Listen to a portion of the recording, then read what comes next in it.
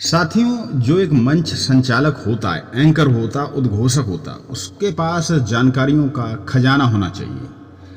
व्यंग, शायरी, चुटकुले, कुछ प्रकरण उसकी नॉलेज में होने चाहिए। तो कुछ व्यंग हरिशंकर परसाई के द्वारा लिखा हुआ है, इसे आप कहीं प्रस्तुत कर सकते हैं कि जब मैं प्राण त्याग करूंगा तब इस बात की आशंका है कि झूठे रोने वाले सच्चे रोने वालों से बाजी मार ले जाएंगे।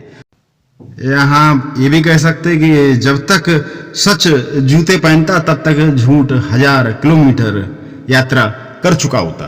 दूसरा, धर्म की शिक्षा अगर लोमड़ी से की जाए तो मुर्गी चुराना भी पुण्य का काम माना जाएगा, एक तुर्की कहावत है। और यहाँ ये भी आप कहीं प्रस्तुत कर सकते हैं किसी मंच के, लेकिन आप ये ध्यान रखें कि वहाँ का माहौल कैसा है। कलयुग की दुनिया है साहब, कदर उसकी नहीं होती जो सच में रिश्ते निभाता है, कदर उसकी होती है जो सबसे ज़्यादा दिखावा करता है। यानी कि चेहरे के ऊपर चेहरों के नकाब हम सभी ने ओढ़ रखे। और ये हरिशंकर परसाई का एक व्यंग, ये भी आप कह सकते हैं व्यंग है। एक बार कचहरी चढ़ जाने के बाद सबसे बड़ा काम है अपने वकील से अपनी रक्षा करना। तो इसे भी आप प्रस्तुत, लेकिन जरूर माहौल देखकर ही करें, कहीं लेने के देने ना पड़ जाए। और ये जीविका का प्रश्न हल होने के बाद ही विवाह शोभा देता, प्रेमचंद ने कहा। तो अगर कहीं शादी ब्याह की बात चल रही हो, कोई प्रकरण हो, तो आप इसको बोल सकते हैं। आज के समय में सुख का मतलब सिर्फ इतना है कि आप डॉक्टर और वकील ना ढूंढें और पुलिस आपको ना ढूंढे। तो जहाँ कहीं स्वास्थ्य चर्चा हो, सामाजिक चर्चा हो या सुख दुख की बात हो रही हो, तो वहाँ पर आप प्रस्तुत कर सकते हैं। यहाँ मातृ दिवस या पितृ दिवस पर ये कह सकते हैं कि दुनिया में 2 ही सच्चे ज्योतिषी हैं, मन की बात समझने वाली माँ और भविष्य को पहचानने वाला पिता। तो ये आप प्रस्तुत कर सकते हैं। किसी शैक्षणिक माहौल में शिक्षा उसे कहते हैं जो सही को सही और गलत को गलत कहने की क्षमता को विकसित करती है।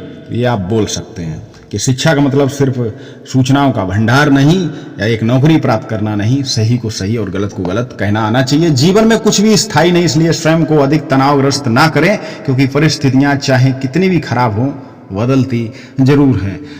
और एक वो डायलॉग भी आप यहाँ बोल सकते हैं कि सुख की एक खराबी है कि वो आकर चला जाता है, और दुख की भी एक अच्छाई है कि वो भी आके चला जाता है। जहाँ सुख दुख की बात हो वहाँ पर इस तरह आप बोल सकते हैं, परिस्थितियों के बारे में बोल सकते हैं। दूसरा, मोटिवेशनल, कौवा कोयल की आवाज़ को दबा सकता मगर खुद की आवाज़ मधुर नहीं बना सकता। उसी तरह निंदा करने वाला व्यक्ति सज्जन को बदनाम कर सकता है मगर वह सज्जन नहीं बन सकता। कौवा चला हंस की चाल है, कहेंगी बगुला हंस नहीं बन सकता। देखने में हंस के जैसा लगता है लेकिन स्वभाव में उल्टा होता है। ये भी आप बोल सकते हैं। प्रेम को तोला नहीं जाता, ममता को मापा नहीं जाता, दया की गिनती नहीं होती और सच को नापा नहीं जाता। तो जहाँ सच झूठ का प्रकरण हो वहाँ पर आप बोल सकते हैं इसको, ये सच। हंसते रहोगे तो दुनिया साथ है, वरना आंसुओं को तो आंखों में भी जगह नहीं मिलती है। तो उगते हुए सूरज को सब सलाम करते हैं और डूबते हुए सूरज को सब बाय बाय, यानी कि उसको कोई सलाम नहीं करता, उसको कोई महत्व नहीं देता। जब हौसला बना लिया ऊंची उड़ान का, जब हौसला बना लिया ऊंची उड़ान का, फिर देखना फिजूल कद आसमान का। तो ये मोटिवेशनल है यहाँ पर विद्यार्थियों के बीच में, या फिर आप मोटिवेशनल स्पीकर के तौर पर कहीं बोल ले तो बोल सकते हैं। अभिमान तब आता है जब हमें लगता है कि हमने कुछ किया है, और सम्मान तब मिलता है जब दुनिया को लगता है कि आपने कुछ किया है। तो ये भी आप मोटिवेशनल बोल सकते हैं। और कुछ इससे जुड़ी हुई कहानियाँ भी हैं, वो भी आप सुना सकते हैं। अहम क्या, अहंकार क्या, गर्व क्या, ये भी सब बोल सकते हैं। हमें पता है कि रंगोली दूसरे ही दिन मिटने वाली है, फिर भी ज़्यादा से ज़्यादा आकर्षक हो, मनमोहक हो, और कोशिश रहती है कि कुछ भी रंगोली जैसा ही है। हमें पता है ज़िंदगी एक दिन खत्म हो जाएगी, फिर भी उसे खूबसूरत बनाने की कोशिश करते रहना चाहिए, यानी कि चलते रहना चाहिए। चलना तेरा काम, रुकना तेरा काम नहीं। न माझी न रहबर न हक में हवाएं हैं, कश्ती भी जर्जर ये कैसा सफ़र है। अलग ही मजा है फकीरी का अपना, न पाने की चिंता न खोने का डर है। आप सभी को नमस्कार।